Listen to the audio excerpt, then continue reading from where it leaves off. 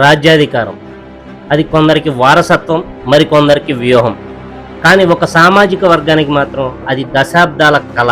రెడ్లు గెలుస్తున్నారు, కమ్మలు నిలబడుతున్నారు. కానీ సంఖ్యాపరంగా బలమున్న కాపులు మాత్రం ఎక్కడ వేసిన గొంగలి అక్కడే అన్నట్లు ఎందుకు ఉండిపోయారు? అక్షర సత్యం చెబుతున్న చేదు నిజం ఏంటి? రంగా గారి దగ్గరే కాపుల రాజకీయం ఆగిపోయిందా?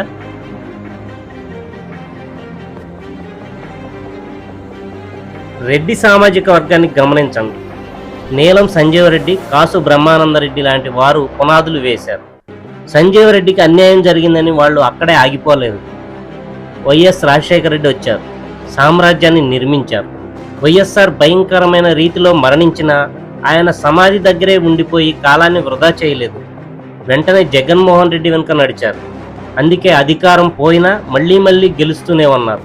నాయకుడు మారినా వారి ప్రయాణం ఆగలేదు.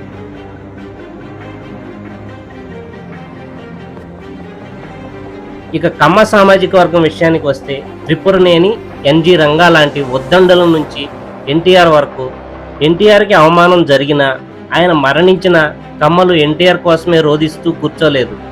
వెంటనే చంద్రబాబు వెనుక ట్రావెల్ చేశారు. రేపు లోకేష్ వెనుక నడుస్తారు.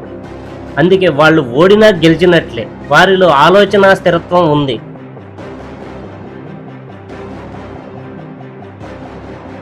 కానీ కాపుల పరిస్థితి ఏంటి?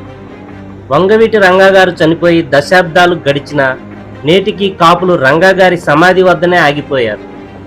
రంగా గారు గొప్ప యోధుడు, ఆరాధ్య దైవం, అందులో సందేహం లేదు.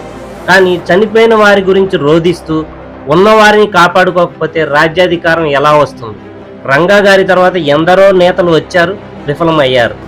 ఇప్పుడు పవన్ కళ్యాణ్ రూపంలో ఒక అవకాశం వచ్చింది. కానీ ఇప్పటికీ కాపుల్లో కొందరు పాత గొడవలు, పాత వ్యక్తుల దగ్గర ఆగిపోవడం వల్ల నష్టపోతుంది ఎవరు?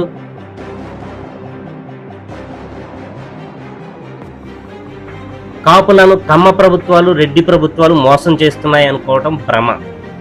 కాపులను మోసం చేస్తున్నది కాపుల ఆలోచన ధోరణే.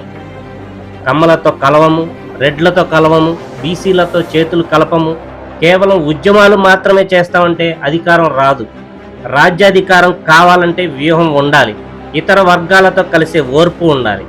పవన్ కళ్యాణ్ వెంట ట్రావెల్ చేయడం నేర్చుకోండి. పవన్ కళ్యాణ్ ఒక్క ఓటుతో ఓడిపోయినా అది కాపుల రాజ్యాధికార కళ ఓడిపోయినట్లని గ్రహించండి. గతాన్ని గౌరవిద్దాం, కానీ భవిష్యత్తు కోసం వర్తమానంలో ఉన్న నాయకుడికి అండగా నిలబడదాం. పూర్వీకుల సమాధుల వద్ద రోధించడం మాని బతికున్న నాయకుడిని సింహాసనంపై కూర్చోబెట్టే ప్రయత్నం చేయండి.